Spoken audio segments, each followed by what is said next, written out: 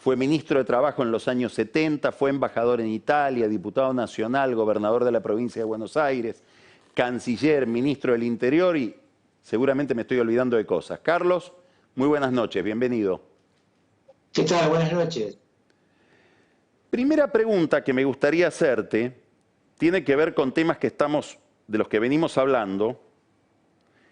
Algo muy específico, ¿qué relación ves vos entre toda esta agenda institucional que se está discutiendo hoy en la Argentina, que dio lugar hoy a una manifestación, y el tema de la inseguridad, que a vos siempre te ha interesado, te ha preocupado y lo has planteado desde un ángulo muy definido? El tema de la inseguridad, como los demás temas de la agenda dramática de una Argentina que está al borde de una situación económica y social muy grave, no tiene ninguna respuesta que no sea por el acuerdo de la clase dirigente. Es sintomático que esto lo hablemos un día en que se recuerda al general San Martín, que se tuvo que ir al exilio por la pelea de la dirigencia política argentina y la incomprensión de la idea de San Martín, que era una idea de liberación continental. Acá, si no hay acuerdo de la dirigencia política, no habrá solución para el tema económico, para el tema social y, en consecuencia, para el tema de la inseguridad.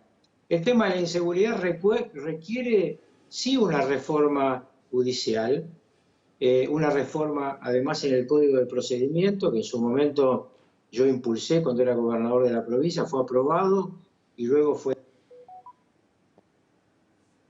Y la otra cosa que creo que es muy importante es...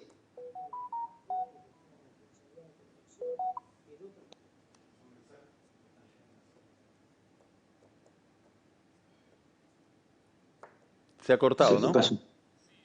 Ah, ¿nos fuimos? Sí. Yo creo que te están llegando mensajes al celular y por eso se corta.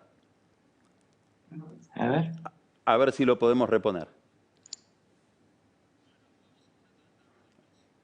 Vamos a ir a una tanda en este momento para retomar ahora la conversación con Carlos Rucauf. Ya volvemos.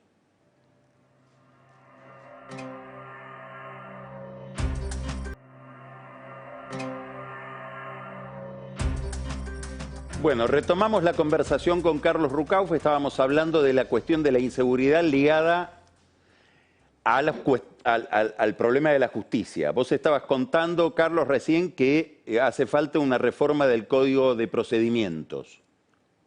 Sí, del Código de Procedimientos, en el caso de la provincia de Buenos Aires, de los códigos de fondo y sobre todo de la política judicial.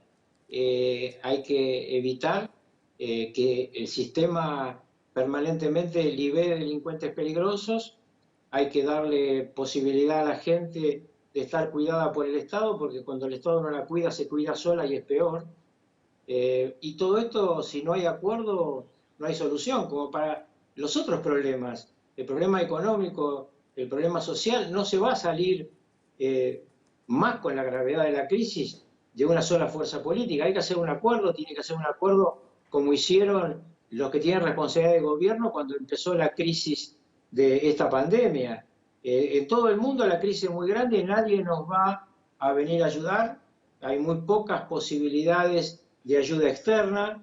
Podría haberla si cambiaran las autoridades de Estados Unidos por parte del Fondo Monetario, según si hay un acuerdo con el BID en materia de conducción, un acuerdo financiero, por un lado los derechos de giro, por el otro lado paquetes de ayuda, pero no hay mucho más que eso. No puede Argentina lograr salir de la crisis en pelea interna. Ahora te quiero llevar después a ese tema, pero déjame hacerte una pregunta antes sobre el tema seguridad.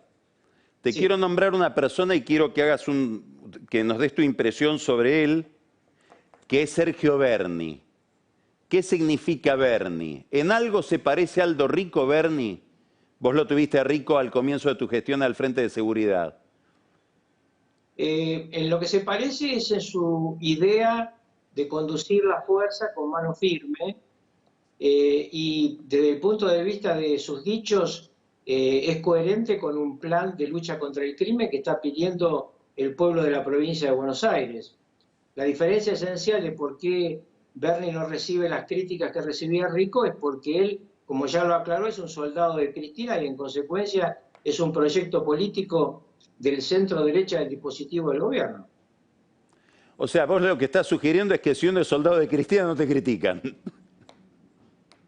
Bueno, las cosas que ha aseverado Bernie, muchas de las cuales yo naturalmente las comparto, no han recibido las críticas que yo recibía. ¿Te sorprendería Bernie diputado el año que viene o en alguna situación electoral?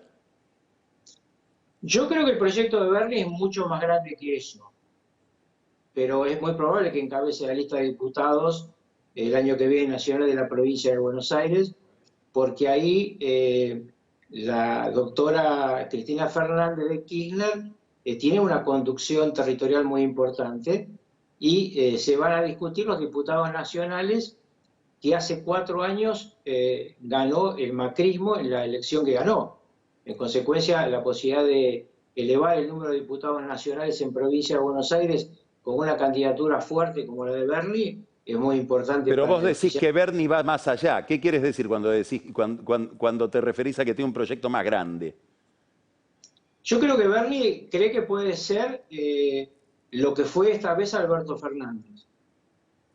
Presidente de la Nación. Al final de un largo camino, obviamente, ¿no? ¿Te imaginarías, por ejemplo, una disputa, y no es ingenua mi pregunta, Bernie-Pichetto en la provincia de Buenos Aires? Es probable, pero a mí me parece que el diseño de la oposición actual primero tiene que lograr una conducción unificada y obviamente esa conducción no la han definido. Los últimos días han sido muy claros en eso. Vamos a otro tema. Ahora nos vamos de acá. Primera pregunta al canciller Rukauf. ¿Por qué nos tiene que interesar la elección de los Estados Unidos a los argentinos? Si es que nos tiene que interesar, ¿nos toca en algo? Por supuesto. En Latinoamérica y Argentina, según quien gobierna en Estados Unidos, tiene mayores o menores problemas y en una situación de la crisis de esta magnitud, quien, por ejemplo, decida qué hace el Fondo Monetario Internacional o quién conduce la política financiera del Banco Interamericano de Desarrollo, es muy importante y eso se va a definir en las elecciones del 3 de noviembre en los Estados Unidos. Déjame hacerte una pregunta a propósito de esto. Estaba leyendo el otro día, releyendo unas páginas de Roberto Labaña, cuando él cuenta las gestiones frente al Fondo Monetario Internacional en el periodo en que él le toca estar al frente del Ministerio de Economía con Duhalde. Y aparecés vos mucho en la narración, en las negociaciones con el fondo. ¿Cuánto hay de política y cuánto de técnica en esas negociaciones? Nosotros vamos a ir ahora a una de ellas. 80% de política, 20% de técnica, porque lo que resuelven los técnicos no tiene ninguna significación si el BOR no lo aprueba. En ese momento nosotros tuvimos muy fuerte apoyo de Brasil con Fernando Henrique Cardoso, un estadista y un amigo de la Argentina, y un fuerte apoyo europeo.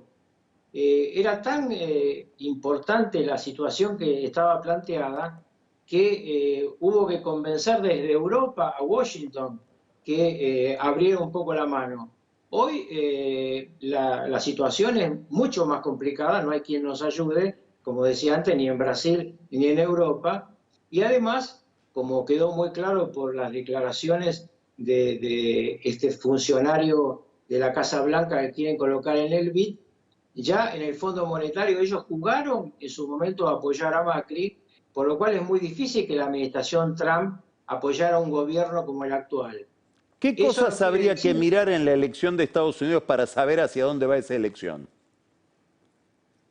Primero hay que tener en cuenta que en Estados Unidos no se vota en forma de territorio nacional. Por eso, como ustedes ven en las encuestas, que Biden le lleva 8 o 9 puntos a nivel nacional a Trump no tiene ninguna importancia.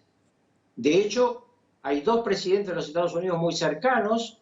El propio Trump perdió por 2.800.000 votos populares contra Hillary Clinton, pero ganó el colegio electoral y antes había ocurrido con mucho menos votos, 500.000 votos de diferencia, Lo mismo cuando Al Gore perdió la elección en el colegio electoral y la había ganado en los votos territoriales. ¿Qué hay que ver? Hay que ver 5 o 6 estados que cambian su voto, porque hay que lograr 270 congresales en el colegio electoral de los Estados Unidos. Esos estados en este momento están muy parejos, con excepción de la Florida, que está con 7, 8 puntos de ventaja Biden, y de un estado que naturalmente la otra vez ganó Trump, es difícil que ganara ahora, que es Pensilvania, porque es el hogar, digamos, del candidato Biden. Y un estado muy importante, que es Arizona, por su número de congresales, está delante Biden. Yo creo que es muy importante tener en cuenta que el 29 de septiembre se va a develar unas incógnitas fundamentales en esta elección de los Estados Unidos, porque hay debate electoral en Ohio, otro swing state, y ahí vamos a ver cuál es el estado real de Biden, porque lo que está diciendo Trump es que Biden está agotado, que no tiene fuerzas para enfrentar esta realidad. Biden tiene 2 años más que yo me siento lo más bien. Entonces, habrá que ver, pero es muy importante para Argentina tener en cuenta también que no hay que soñar que un cambio de gobierno de los Estados Unidos va a cambiar la política central de los Estados Unidos. Esto es, ni Biden ni Kamala Harris van a convalidar a Maduro, por ejemplo. Ambos han dicho que es un dictador siniestro. Entonces, pensar que un cambio de gobierno de Estados Unidos acaba con los intereses de los Estados Unidos es un error garrafal. Hay que tener en cuenta que ellos van a tener ejes de política exterior que no van a cambiar. Primero, no va a cambiar su conflicto con China. China es el rival de este siglo de los Estados Unidos. Y cada vez que se habla de G5, en ambas capitales, en Pekín o en Washington, tiemblan todos, porque está en discusión el control de la inteligencia. Cada vez que se discute mercados, se está discutiendo poder. Entonces, cuando se habla del BID, también de ahí se está hablando de China, porque China está adentro del BID. Habitualmente se cree que el BID es un banco que, como lo fundaron en su momento los americanos tratando de impedir el avance soviético en la otra Guerra Fría, es un banco controlado por Estados Unidos. Estados Unidos tiene mucha plata puesta, tiene mucho porcentaje de votos, pero Europa está dentro, Israel está dentro, Corea del Sur, Japón y la China popular, la China de Xi, están adentro del banco, y esta es la discusión que ahora se está teniendo para ver quién va a controlar los planes de financiación futuros para América Latina y en consecuencia para Argentina, que no va a tener mucho lugar de donde rascar recursos, que se van a decidir ahí. Te hago una última pregunta. Vos fuiste ministro de Trabajo en la década del 70. En un mundo de pleno empleo, no había desocupación, no había muy poca. Casi todo el mundo tenía empleo formal, en blanco, con cobertura sanitaria, jubilación, vacaciones, etcétera, los beneficios, digamos, del contrato de trabajo.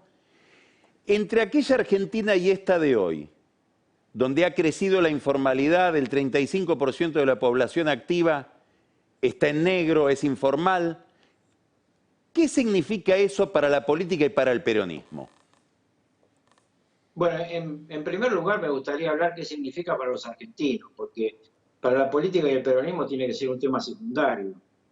Para los argentinos lo que significa es que nosotros tenemos que buscar una salida para la mitad de los argentinos que están sin trabajo o que se están quedando sin él. Y por eso es importante la propuesta, por lo menos discutir la propuesta que hizo Roberto Labaña, de que aquellos que están hoy en el mercado laboral, adentro del mercado laboral, se conserven todos sus derechos, pero aquellos que tienen que entrar funcione con un sistema de fondo de desempleo. No sé si es el proyecto de Labaña el que se va a aceptar o no, pero hay que discutir este tipo de cosas, porque incorporar a la gente en el mercado de trabajo va a ser cada vez más difícil, porque además el mercado de trabajo va a cambiar aún más ahora. Lo estamos viendo. La gente está trabajando de una forma distinta. Unas empresas cerraron, pero otras se han transformado en otra cosa. Y trabajan en una forma distinta. Tenemos que adaptarnos a esa realidad, no para perjudicar a los trabajadores, para defenderlos en serio. Y defenderlos en serio es defender las empresas. Quien da trabajo son las empresas. Carlos, muchísimas gracias. Al contrario, buenas noches. Muchas gracias. Vamos ahora a un corte y enseguida vamos a hablar con Marcos Buscaglia de un tema que siempre inquieta, pero ahora más, el dólar. Después, Pancho Olivera, el caso Astudillo, la inseguridad, el crimen, las incógnitas alrededor de ese crimen y todo lo que discute la política alrededor de ese asesinato. Y después, como sabemos, el whisky. Carola, que viene con un gran libro, en este caso empresarial, un testimonio empresarial, y Daniel Vilota, que nos va a hablar de la disputa que hay entre los movimientos sociales por los recursos y de las tomas de tierra que empezaron a ver en el conurbano bonaerense. Ya volvemos.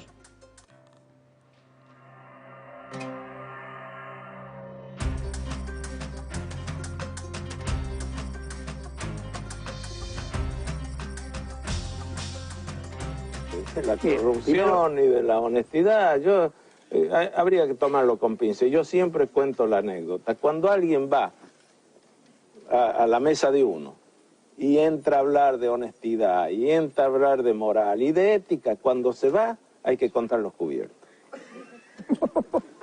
Esta es la verdad.